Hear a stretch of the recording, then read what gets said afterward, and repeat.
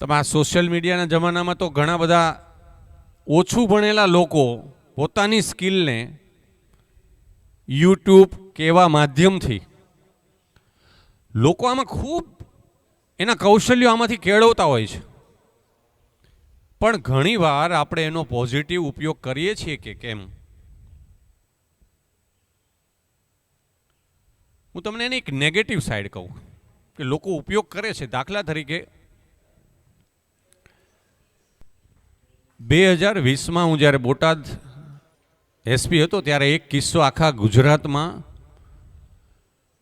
181 અભયમની જે મહિલાઓ હોય, એની કાઉન્સિલર હોય, એ 34 જિલ્લાની આ અભયમમાં જે મહિલા કામ કરતી હોય એમના નંબર મહિલા અને બાળ સુરક્ષા વિભાગમાં ડિસ્પ્લે કરેલા હોય, ઓનલાઈન હોય, સાઇટ ઉપર હોય.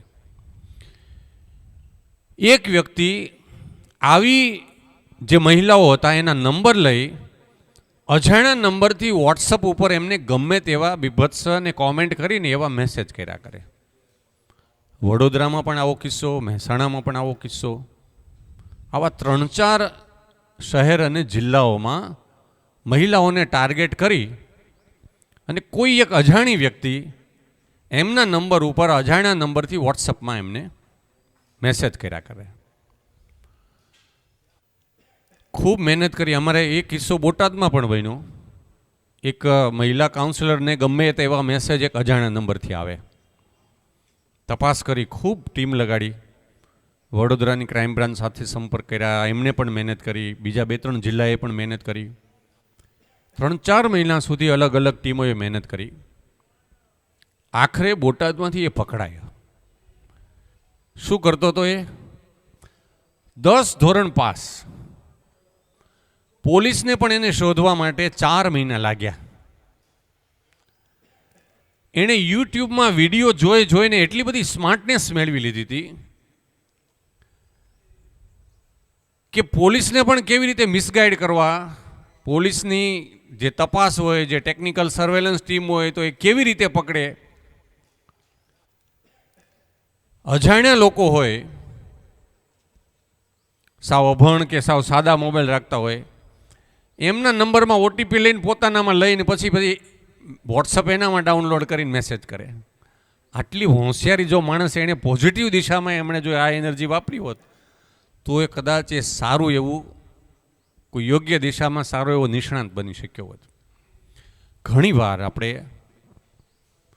આપણી ઉર્જાને યોગ્ય દિશામાં જો વાળીએ નહીં તો નકારાત્મક દિશામાં આપણી એનર્જી વપરાય. અને એ નકારાત્મક દિશામાં જો આપણી એનર્જી વપરાય તો એનું પરિણામ ક્યાંક ને ક્યાંક સમાજને નુકસાન કરી શકે. એટલે યુવાનોને સૌથી પહેલી બાબત કે આપણને મળેલી ઉર્જાનો આપણે યોગ્ય દિશામાં ઉપયોગ કરીએ છીએ ખરા?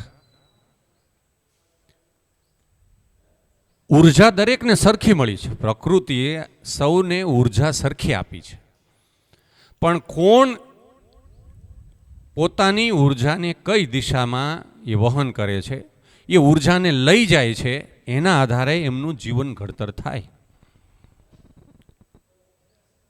સંસ્કૃતમાં એક વાક્ય છે ને, આપો દીપો ભવ. તું તારા જીવનનો દીપક બન, સ્વયં પ્રકાશિત.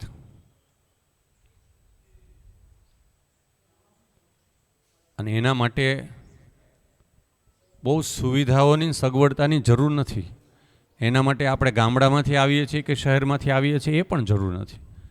એના માટે આપણા ઘરની આર્થિક પરિસ્થિતિ સારી છે કે નબળી છે એની પણ જરૂર નથી. એટલા માટે હું આ વાત કરું છું કે ભારતમાં સૌથી જે શ્રેષ્ઠ પરીક્ષાઓ લેવાય છે બધી નેશનલ લેવલની, નીટ હોય, ZEE હોય, IIT માટેની હોય કે પછી પબ્લિક સર્વિસ માટેની UPSC હોય, રાજ્ય કક્ષાની GPSC હોય, મેનેજમેન્ટની CAT એક્ઝામ હોય, આ બધી પરીક્ષાઓમાં 10માંથી 3 થી 4 બાળકો એવા હોય છે કે જે સાવ ગામડામાંથી આવતા હોય છે, જેમના મા બાપ ખૂબ ઓછું ભણેલા હોય, જેમની આર્થિક પરિસ્થિતિ ખૂબ જ નબળી હોય, કાં તો એના મા બાપ કોઈની મજૂરી કામ કરીને કરતા હોય, સામાન્ય ખેડૂત હોય, શાકભાજીનો નાનો મોટો વ્યવસાય કરીને પોતાનું ગુજરાન ચલાવતા હોય, આવા લોકોના દીકરા દીકરીઓ રાજ્યની કે દેશની સૌથી શ્રેષ્ઠ એવી પરીક્ષાઓ એમાં સફળતા મેળવે છે. એનો મતલબ એમ કે એમને આવા પરિબળો નડતા નથી. એટલે પહેલી બાબત કે તમે કયો વિષય ભણો છો, તમે કઈ શાખાના વિદ્યાર્થીઓ છો, એ અગત્યનું નથી, પણ એ વિષય કે એ શાખામાં તમે કેવી રીતે ભણો છો એ અગત્યનું છે. તમે ક્યાંથી આવો છો, તમારું શું બેકગ્રાઉન્ડ છે, એ પણ અગત્યનું નથી. તો શું અગત્યનું છે કે તમે જીવનમાં તમારો સમય કેવી રીતે પસાર કરો છો, તમારી જીવનમાં તમારી દૈનિક ક્રિયાઓમાં નાની નાના જે 24 કલાકમાં તમારી ટેવ કેવી છે, તમે તમારા સમયનો કેવી રીતે ઉપયોગ કરો છો, તમે તમારી પાસે પ્રકૃતિએ કુદરતે આપેલી એનર્જીનો તમે કેવી રીતે ઉપયોગ કરો છો. તો તમે એમ કહેશો કે આ ઉપયોગ કેવી રીતે કરી શકાય. સૌથી પહેલાં તો માણસે વિચારવું જોઈએ કે મારે શું કરવું છે. ક્લેરિટી ઓફ થોટ્સ, વિચારોની સ્પષ્ટતા. દાખલા તરીકે અહીંયા તમે 4 રસ્તા ઊભા હોય, એક રસ્તો આમ બાંટવા બાજુ જાય, એક આમ વંથલી બાજુ જાય, એક બીજી દિશામાં જાય, એક ચોથી દિશામાં જાય. પણ તમે ઘરેથી નીકળ્યા ને નક્કી જ ન કરો કે ક્યાં જવું છે, અને એમને મોટરસાયકલ, વાહન કે ચાલતા નીકળી જાઓ તો ક્યાં પહોંચો? ક્યાંય નહીં. ગતિ છે પણ પ્રગતિ નથી. ગતિ છે, જીવનમાં ગતિ તો રહેવાની છે, આમ બી રહેવાની છે, કારણ કે જીવન છે ત્યાં સુધી ગતિ તો રહેવાની જ છે. મોટા તો થવાના જ છીએ, પણ જો એને દિશા આપવામાં ન આવે તો સૌથી પહેલાં તો આપણે નક્કી કરીએ કે મારે ક્યાં પહોંચવાનું છે. જે લોકો, જે વિદ્યાર્થીઓ પોતાના જીવનમાં અથવા વિદ્યાર્થી કાળમાં પોતે નક્કી કરે છે કે આગામી 1 વર્ષમાં, 3 વર્ષમાં, 5 વર્ષમાં મારે ક્યાં પહોંચવું છે, હું ક્યાં હોઈશ, અને બીજા વિદ્યાર્થીઓ જે નક્કી કરતા નથી, આ બેયનો તફાવત એમને, દાખલા તરીકે એક હોલમાં તમે ફૂટબોલ, એક ગ્રાઉન્ડ છે એમાં તમે ફૂટબોલથી એમ જ રમો છો, એક આ બાજુ કિક મારે, એક આ બાજુ કિક મારે, એક સામેથી કિક મારે, તો એ બોલની દિશા નક્કી નહીં થાય. એ ગમે ત્યાં આમ આખા મેદાનમાં ફર્યા કરશે, પણ બંને બાજુ ગોલ પોસ્ટ હોય. નક્કી કર્યું છે કે આ બાજુના જે રમતવીરો છે એમણે સામેના ગોલ પોસ્ટમાં એમણે આ ફૂટબોલના દડાને નાખવાનો છે. આ બાજુની જે ટીમ છે એમના માટે ધ્યેય છે કે સામેનો ગોલ પોસ્ટ છે એમાં એમણે આ ફૂટબોલનો દડાને લઈ જવાનો છે. તો બેય ટીમનું ધ્યેય નક્કી છે. હવે એમાં એ મહેનત કરે છે, પણ ગોલ પોસ્ટ જ ન હોય અને બંને ટીમને એમ કહે કે હવે તમે આ ફૂટબોલથી રમો, તો કંઈ પરિણામ આવશે? નહીં આવે. ગમે ત્યાં આખા મેદાનમાં બધા જ લોકો કિક માર્યા કરશે ને દડો ફેર્યા કરશે. આપણું જીવન આવું છે. જે લોકો નક્કી કરે છે કે 1 વર્ષ પછી, 3 વર્ષ પછી, 5 વર્ષ પછી, 10 વર્ષ પછી મારે મારા જીવનને ક્યાં લઈ જવું છે, એ લોકો અવશ્ય પહોંચે છે. થોડુંક આમ તેમ થઈ શકે કદાચ, પણ જે લોકો નક્કી જ નથી કરતા એ પેલા મેદાનમાં ફૂટબોલ જેમ રાઉન્ડ ફેર્યા કરે છે એવી રીતે એનું જીવન રાઉન્ડ ફેર્યા કરે છે. ક્યાં ગયા હતા? તો કે ક્યાંય નહીં. ગતિ તો છે જ. જીવન તો એ 5 વર્ષનું થશે, 10 વર્ષ, 15 વર્ષ, 20 વર્ષ, 25 વર્ષ, 50 વર્ષનું જીવન પૂરું થઈ જશે. આ બેયમાં તફાવત છે. આવા લોકોમાં બંનેમાં તફાવત છે. આનો એક વૈજ્ઞાનિક સર્વે થયો.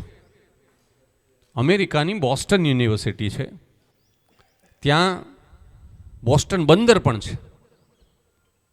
બોસ્ટન બંદર તમે સમાજ વિદ્યામાં ભણ્યા હશો ક્યાંક. બોસ્ટન ટી પાર્ટી અમેરિકાના સ્વાતંત્ર્ય સંગ્રામનો એક મોટો બનાવ છે. બોસ્ટન ટી પાર્ટી ઇતિહાસના વિદ્યાર્થીઓને ખબર હશે. એ બોસ્ટન બંદરથી 100 નાવિકોને, એટલે 100 જે જહાજ અહીંયાથી ઉપડે એવા 100 જહાજના જે કેપ્ટન હતા એમને બધાને પૂછવામાં આવ્યું કે તમે આગામી 1 વર્ષમાં ક્યાં હશો. 100માંથી 100 ને નક્કી જ હતું. 2-5 લોકોને કદાચ ખબર નહોતી કે એક્ઝેક્ટ ક્યાં જવાનું, શું કરવાનું છે, કેવી રીતે. તો 95% નાવિકોને નક્કી જ હતું કે અમે અહીંથી શરૂ કરશું તો આટલા સમય પછી અમે આટલું અંતર કાપશું, એના પછી અહીંયા જશું. કારણ કે એમની જ્યારે દરિયાઈ મુસાફરી કરે તો એમનો અંતર, એમનો સમય અને કેટલી મુશ્કેલીઓ ક્યાં આવી શકે એ બધું નક્કી જ હોય છે કે અમે આટલા કલાકે અહીંયા, આટલા દિવસે અહીંયા પહોંચશું, આટલા દિવસે અહીંયા પહોંચશું. એવી રીતે બોસ્ટન યુનિવર્સિટીના ગ્રેજ્યુએટના 100 વિદ્યાર્થીઓને પૂછવામાં આવ્યું. એમાંથી 5-7 વિદ્યાર્થીઓને નક્કી હતું કે અમે આગામી 5 વર્ષમાં અહીંયા પહોંચી ગયા હોઈશું. 92, 94, 95% વિદ્યાર્થીઓએ નક્કી નહોતું કર્યું. પછી એટલા સમય પછી ફરી પાછા એમને જેમણે કીધું હતું કે અમે અહીંયા પહોંચશું, અમે પીજી થઈને અમે અમુક કંપનીમાં નોકરી કરતા હશું, અમે આવો વ્યવસાય કરતા હશું, જેમણે નક્કી કર્યું હતું જે 5-7% યુવાનોએ, એ લોકો બધા જ ત્યાં પહોંચી ગયા હતા. પણ જે 92-93%એ જેમણે નક્કી જ નહોતું કર્યું કે એમણે ક્યાં જવાનું છે એવું, એ લોકો હજુ પણ 5 વર્ષ પછી ફાંફા મારતા હતા. એનો અર્થ એમ કે જીવનની પ્રાથમિકતા છે કે પહેલાં તો નક્કી કરો કે તમારે ક્યાં જવું છે. આપણે સવારે ઘરથી નીકળીએ છીએ, નક્કી હોય ને આજે હું સવારે ઉઠ્યો 6 વાગે તો મારે ઘરેથી 8:15 માણાવદર જવાનું છે એવું મારું નક્કી જ હતું અને એટલે જ હું માણાવદર પહોંચ્યો. જો મેં સવારે ઉઠીને કાંઈ નક્કી જ ન કર્યું હોય તો ગાડીવાળાને કહું કે લઈ લો ચાલો, તો ગાડી તો ચાલશે પણ મારે જ્યાં પહોંચવું છે ત્યાં હું નહીં પહોંચી શકું.